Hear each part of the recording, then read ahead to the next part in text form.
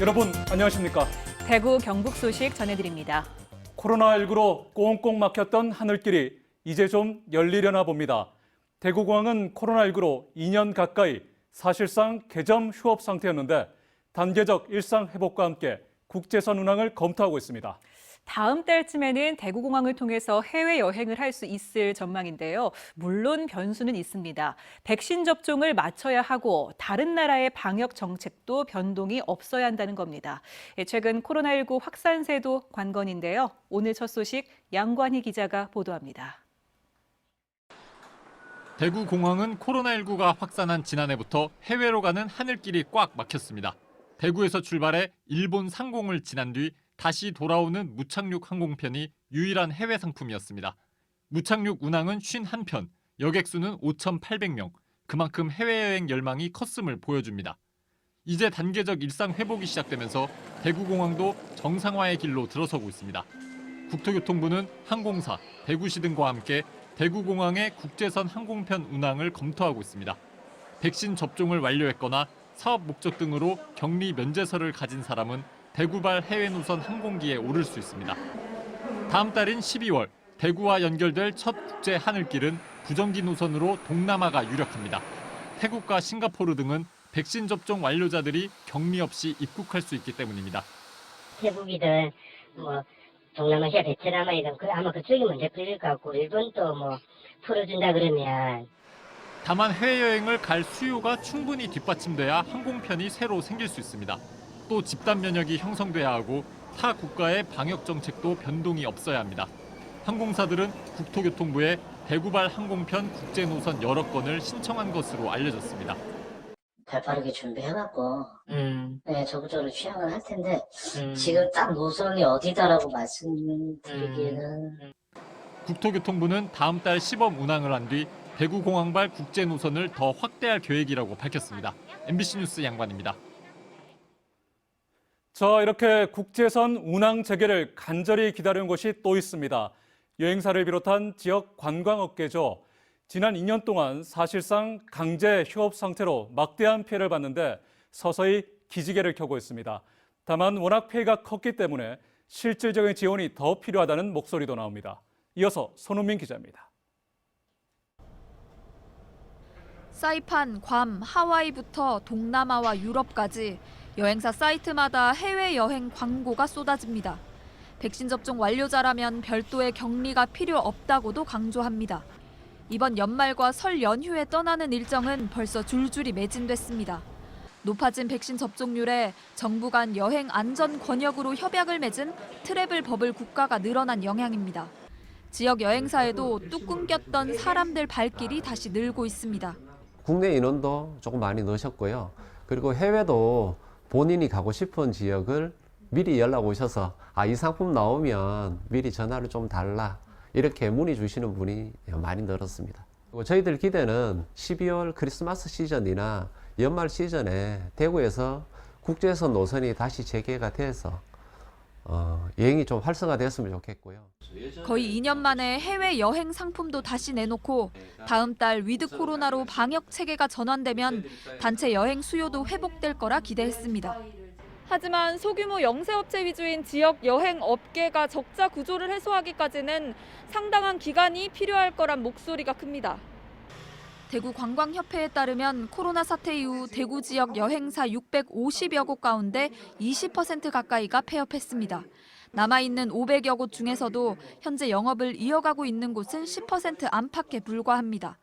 집합 제한 업종이 아니라서 정부 지원에서 줄곧 제외된 탓에 타격은 더 컸습니다. 돈 예를 들어 500만 원, 300만 원 그것도 중요하지만은 그보다도 우리가 영업이 살아남기 위해서 환경을 조성해 줘야 되는데 지역 여행사들은 실질적인 손실 보상과 함께 지역 공항의 국제선 운항 재개와 같은 제도적인 뒷받침이 필요하다고 요구하고 있습니다. MBC 뉴스 손은민입니다. 안정세를 보이던 코로나19 확진자가 다시 늘어나고 있습니다. 대구는 0시 기준 66명으로 지난 사흘 동안 50명대에 머물다 60명대로 늘어났고 0시 이후에도 51명 더 나왔습니다. 사망자는 접종을 완료하지 않은 70, 80대에서 4명이 더 나와 누적 261명이 됐습니다. 경북은 어제보다 10명 더 많은 31명이 나왔습니다. 구미에서 11명, 포항과 칠곡 각각 4명, 경주와 경산 각각 3명, 김천 2명 등입니다. 예방접종 완료율은 대구 72%, 경북은 75.1%입니다. 대구 지역 부동산 시장이 얼어붙었다. 요즘 이런 조짐이 곳곳에서 포착되고 있습니다. 우선 아파트 미분양 물량이 크게 늘었고 기존 아파트도 매매 가격 상승률이 둔화됐습니다. 아파트 거래도 줄었습니다. 부동산 시장의 변곡점일 가능성이 높다는 게 전문가들의 시각입니다. 이 소식은 한태현 기자가 전해드립니다. 대구시 동구 용계동의 아파트 견본 주택입니다. 지난 6월 1,313가구 분양을 시작했지만 석 달이 지난 9월 말 기준으로 63%인 837가구가 분양을 못했습니다. 전용지역이 해제가 안 되니까 그 사람들이 딱 한 채 외에는 다 중과세가 되고 양도소득세 그러니까. 이 아파트 외에도 동구 지역 미분양 물량은 1,506가구로 대구 미분양 아파트 2,093가구의 72%를 차지하고 있습니다. 동구 지역의 아파트 미분양이 속출하면서 분양업체마다 선착순으로 계약할 수 있다는 광고 현수막을 곳곳에 내걸었습니다. 미분양 물량이 대구 동구에 집중되자 대구시는 동구를 조정 대상 지역에서 해제해 줄 것을 국토교통부에 건의했습니다. 그쪽에 시장이 좀 죽는다고 봐야 되거든요. 돈이 안 들어오고. 시장이 이제 심리가 죽는데 그 심리가 죽는 가장 큰 이유들이 미분양 지역이 지금 조정지역으로 지정이 됐기 때문에 그렇습니다. 조정 대상 지역 해제는 올해 안에 결정될 것으로 예상됩니다. 부동산 시장이 전국적으로는 여전히 상승세를 이어가고 있어 풍선 효과 등을 우려해 조정 대상 지역을 해제하지 않을 것이란 전망이 나오고 있습니다. 아파트 거래도 크게 줄고 있습니다. 한국부동산원에 따르면 지난 9월 대구의 주택 매매 건수는 5,647건으로 지난해 같은 기간 13,442건과 비교해 58% 줄었습니다. 이 가운데 아파트 매매 건수는 68.4%나 줄어들며 이른바 거래 절벽 현상을 보이고 있습니다. 특히 동구의 아파트 매매 건수는 458건으로 지난해 4,432건과 비교해 89.7% 줄었습니다. 분양가가 높다는 인식과 정부의 대출 규제로 시장을 지켜보자는 관망세가 두드러지고 있습니다. 시장의 전체적인 분위기를 봤을 적에는 가격이 좀 인하될 것이라고 기대는 하고 있습니다만은 사는 사람 입장에서는 앞으로 이 시장을 조금 더 기다려보겠다. 대구의 아파트 가격 지수 변동률은 최근 4주 연속 0.01%로 사실상 오름세가 멈췄습니다. 전문가들은 부동산 거래가 줄고 가격 저항선이 무너지는 등 시장의 하락 변곡점이 시작됐다는 징후가 곳곳에서 감지되고 있다고 보고 있습니다. MBC 뉴스 한태현입니다. 정규 시즌에서 간발의 차로 우승컵을 놓치며 아쉬움을 삼켜야 했던 프로야구 삼성 라이온즈. 그래도 대구에서 6년 만에 펼쳐지는 가을 야구에 대한 기대는 어느 때보다도 큰데요.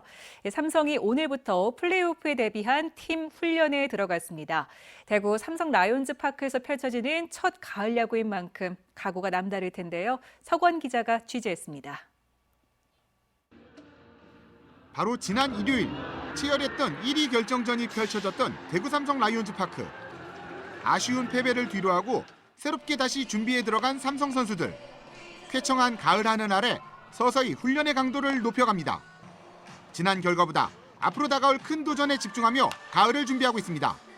순위 결정전에서 조금 홈팬들 앞에서 KT가 우승하는 그런 장면을 보게 해드려서 좀 팬분들한테 죄송스러운데 잘 준비해서 다시 한국 시리즈 올라가서 꼭 복수할 수 있도록 하겠습니다. 와일드카드 결정전에서 두산이 승리하며 플레이오프 상대팀은 잠실의 주인 중 한 팀으로 압축된 상황. 허삼영 감독은 상대가 누구라도 부담감의 차이는 다르지 않다며 스스로 잘 준비하는 것이 우선이라고 각오를 밝혔습니다. 일단 양 팀 다 조직력이나 투수력이나 다 장단점이 있기 때문에 거기에 맞는 상응하는 저희들도 선수 구성을 해야 될 것 같고요. 일단 거기에 경기를 보면서 차근차근 구성할 생각입니다. 시즌 상대 전적에서 열세를 보였던 LG와 두산. 하지만 이 고비만 넘기면 팀 창단 9번째 우승도 멀지 않습니다. 오는 9일부터 펼쳐지는 플레이오프에서 삼성은 6년 만에 한국 시리즈 진출 도전에 나섭니다. MBC 뉴스 서건입니다. 환경오염 문제로 말도 많고 탈도 많았던 영풍 석포 재련소가 예고한 대로 공장 가동 51년 만에 처음으로 멈춰섭니다. 물환경보전법 위반으로 받은 조업정지 10일 처분에 따른 건데요. 오는 8일 아연로의 불을 끄고 열흘간 조업 정지에 들어갑니다. 김건엽 기자가 보도합니다. 1970년 문을 연 영풍 석포 재련소는 국내 최초의 아연 재련 시설로 세계 4위 규모입니다. 산업화 시절 낙동강 최상류에 들어섰지만 건설 배경과 성장 과정은 여전히 베일에 쌓여 있고 환경오염의 주범이라는 곱지 않은 시선을 계속 받아왔습니다. 2018년 폐수 무단 배출에 대한 행정처분으로 조업정지 10일 처분이 확정된 영풍 석포 재련소가 오는 8일 아연로에 불을 끄고 열흘간의 조업 정지에 들어갑니다. 오는 7일 밤 11시 마지막 교대 근무자가 퇴근하는 시간에 맞춰 소등식을 갖고 조업 정지 첫날 아침인 8일에는 임직원과 노조가 참여하는 가운데 선진도약 선서식을 가질 예정입니다. 또 외부 강사를 초빙해 환경, 안전 교육을 진행하고 향후 생산성 향상을 도모할 수 있는 보수 환경 개선 작업을 진행할 계획입니다. 이번 계기를 통해서 교업을 잠시 멈추고 과거의 성찰을 통해서 영풍 석포 재련소가 글로벌 친화적인 기업으로 거듭나겠습니다. 조업정지 처분과는 별개로 공정에서 사용한 물을 증발시켜 깨끗한 물로 만들고 물이 증발한 뒤 남는 불순물은 고체로 만들어 따로 처리하는 무방류 시스템을 가동하고 지하수가 낙동강으로 흘러드는 것을 막는 차집 시설을 설치해 수질 오염을 최소화할 것이라고 밝혔습니다. 영풍 측은 이번 조업 정지를 새 출발의 계기로 삼아 글로벌 친환경 기업으로 도약하겠다고 밝혔지만 또 다른 사안으로 60일 조업 정지 행정 소송이 진행 중이어서 결과에 따라서는 공장 폐쇄에 준하는 상황이 올 수도 있습니다. MBC 뉴스 김건엽입니다. 상습 교통 혼잡을 빚는 서대구 나들목 지점에 진출로가 추가로 설치됩니다. 대구시는 서대구 나들목 지점에 하루 평균 17만 대가 이용하면서 교통 혼잡과 사고 위험이 크다며 2025년까지 세방로 진출로를 신설하기로 했습니다. 서대구 나들목과 남대구 나들목 구간을 도시고속도로와 중부내륙 고속도로가 분리해 사용하면서 합류부와 진출로의 혼잡이 크다는 판단에서입니다.